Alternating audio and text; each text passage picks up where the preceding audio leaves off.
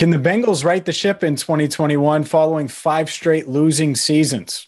For more on the Cincinnati Bengals, Jim Mora Jr. joins us. And Jim, let's start with Joe Burrow, because I think a lot of people here in Cincinnati optimistic about the future of this franchise because of Joe Burrow, what they saw from him in the 10 games during his rookie season.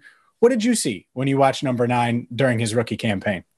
Well, I too was optimistic, James. I sort of watched him, every week in college football when he was at LSU, and I saw a guy appear to make a rather uneventful and easy jump in the NFL. He's got all the physical attributes that you're looking for in a franchise quarterback.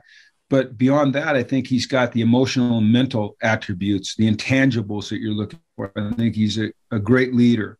I think the players around him, they trust him. They have faith in him. Correct me if I'm wrong, but he was named team captain, which, that says so much about him, because a lot of times when you enter the NFL, you enter with apprehension, aimed at you from the veterans that are in the locker room. And obviously he showed them something, and it was a tough offseason, certainly, to show something. It was so disjointed, but he showed them something that said, hey, listen, we want to line up behind this guy. We want to be in the huddle with this guy. We trust this guy, and we're going to name him captain. And I think that was special. I think he's got a mental and a physical toughness and a grit that you have to play the most demanding position, in my opinion, in all of sports. I mean, every snap you're taking the football and you're doing something with it, and maybe a pitcher in baseball is the only thing that I can think of that's similar in terms of, listen, the ball's in my hand. What am I going to do with it? It's up to me on this play. So I think he's got all of the traits that you're looking for franchise quarterback in a world champion quarterback. We know he can win a national championship.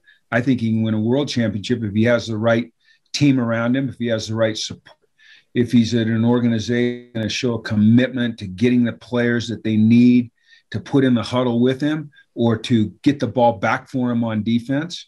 The big question that we're all going to have, and it's not going to be answered until he gets back on the field, is how will this injury affect him? Not only how will it affect him physically, but will there be doubt in his mind? Will, he relive the pain that he felt when he fell to the turf? Or will he be able to overcome that? My gut feeling is that he'll be able to overcome it. And we'll see how long it takes. Yeah, he's certainly been adamant the few times that we've talked to him since the injury about being back for week 1. And we'll see if that happens, regardless of when he's back, whether it's week 1, week 5. The Bengals have to protect him. I think that goes without saying. Is that the priority this offseason, or where do the priorities lie? Because I've heard some talk about the Bengals defense. That's been a struggle over the past couple of years, but obviously the offensive line, really during this 5-year stretch of not making the playoffs, they've struggled in the trenches. And obviously now you have a guy in Joe Burrow that you want to protect coming off of injury.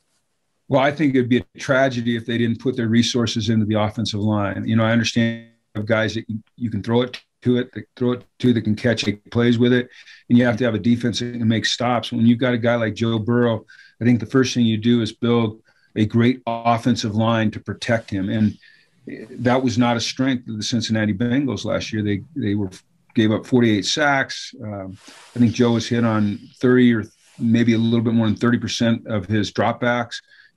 Those are unacceptable numbers. Now, part of those are because he held the ball too long, didn't escape pressure, but the majority was just because they couldn't hold up front. And so as they go into free agency and they go into the draft, then they certainly have to address their offensive line.